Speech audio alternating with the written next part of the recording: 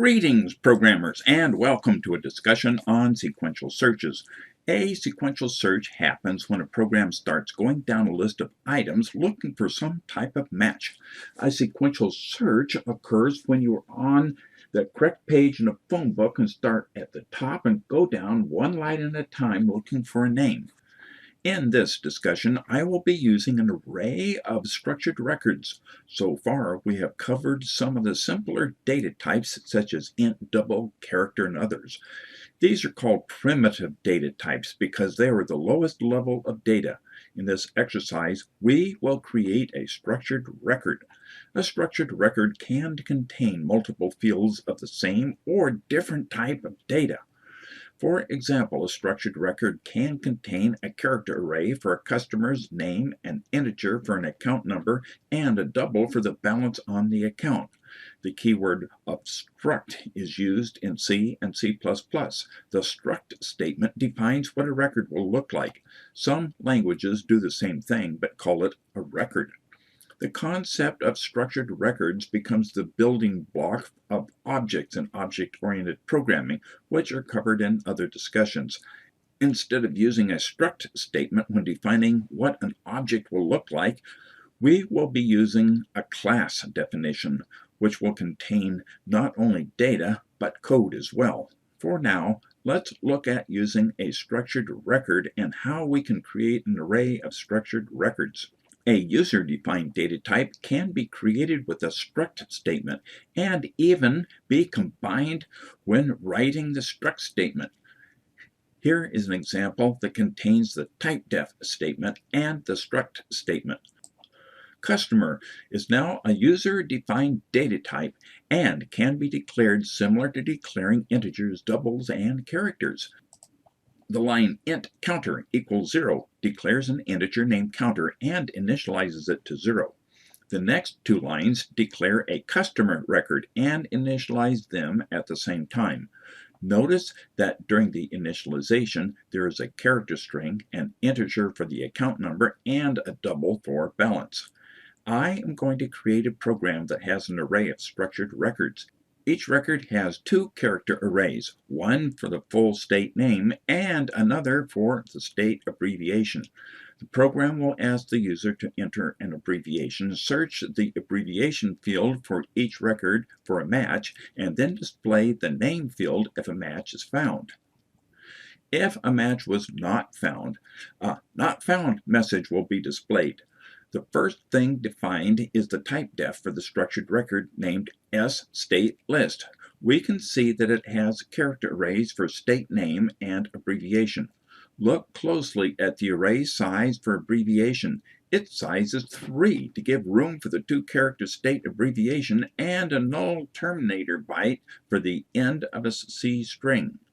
StateList is declared as an array. We don't need to put the number of elements in the square brackets because the size will be determined by the data. Use an open curly brace to start the initialization and then an open close curly brace for each record. Each field of the record is separated by a comma and each record is separated by a comma. The end of the list is terminated by a closed curly brace and a semicolon. Since we know that there are 50 states in the USA, then there should be 50 records in the state list array. The 50 is called a magic number because unless the next person looking at the program may wonder where it came from. The 50 also has another problem. What if another state is admitted to the union? We can update the array, but we would also need to update the definition for the length to 51 or whatever the new count is. Some languages like Java or Visual Basic can give you the length of an array, but in C and C++, we can determine the length by taking the size of the full array and dividing it by the size of each element in the array. In this case, we can set length equals size of statelist divided by size of states. The program uses a prompt to ask for a state abbreviation and then reads the abbreviation from the console keyboard into the character array named choice. The variable I is going to be used in the for loop to step through the array. This is called iteration.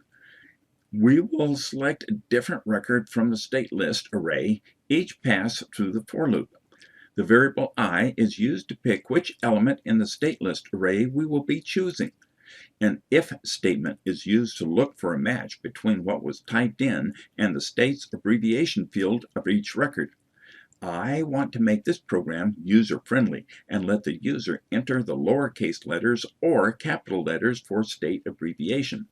Let's look closely at the if statement and especially at stricmp. The standard C string library has several ways of comparing strings.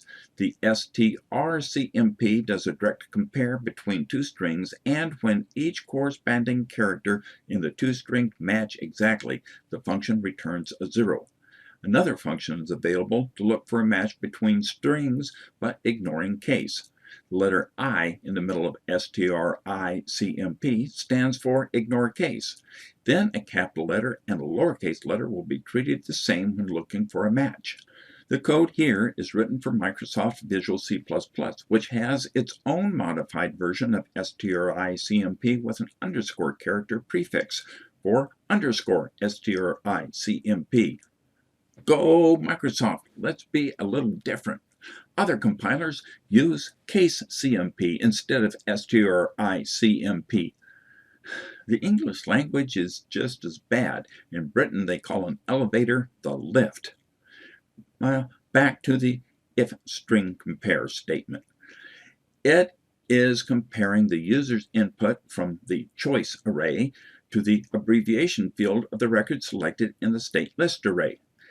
The open square bracket I, close square bracket in state list sub I selects the record in the state list array. The dot operator is used to separate the record name from the field name in a structured record. Therefore, state list sub I dot abbreviation refers to the abbreviation field of the selected record in the state list array. If the user's input in choice matches the selected abbreviation, the program does two things. It displays the name of the state using stateless of I.stateName, because I is still working with the same record, and the state name field has the name of the state. The block of code for the if statement also exits the loop using the break statement. We will either exit the loop because the state was found and I still has the position of the selected index into state list, or we will have gone all the way through the loop and did not find a match. If we reach the end of the loop without the break statement, then the variable I is going to be 50 instead of where the match was found. We can then display a not found message if the for loop got all the way to the end without a break statement. Another way to accomplish this would be to use a Boolean flag to indicate whether the state was found or not. If we use this method to determine whether we found a match, the int I needs to be defined outside the for loop because I needs to be used both within the for loop and outside the for loop.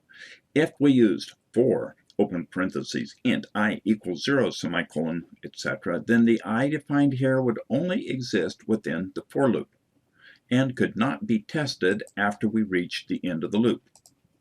Since this code is written in C++, the cout statement that displays the state when found looks like cout state list sub I dot state name endl semicolon. If writing the program in the C language, you would use printf, open parentheses, quote, %s, which stands for string, \n, quote, comma, state list sub I dot state name, close parentheses, semicolon. This is the end of the discussion for the sequential searches of structured records. I hope you are able to understand it and are able to use the struct statement with for loops and if statements to solve many more programming problems in the future. Bye for now.